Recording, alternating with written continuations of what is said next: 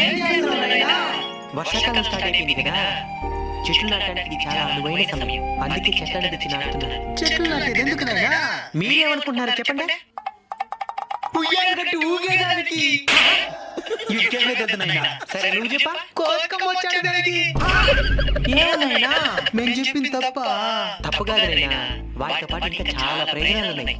ఏంటైనా అవే? చెట్లు మనం పీల్చడానికి స్వచ్ఛమైన ఆక్సిజన్ తో నిండిన గాలినిచ్చి మనకి ఆరోగ్యాన్ని ఇస్తాయి. అలానే మనం వదిలే గాలిలో ఉండే కార్బన్ డైఆక్సైడ్ పీల్చుకొని పర్యావరణాన్ని కాపాడతాయి.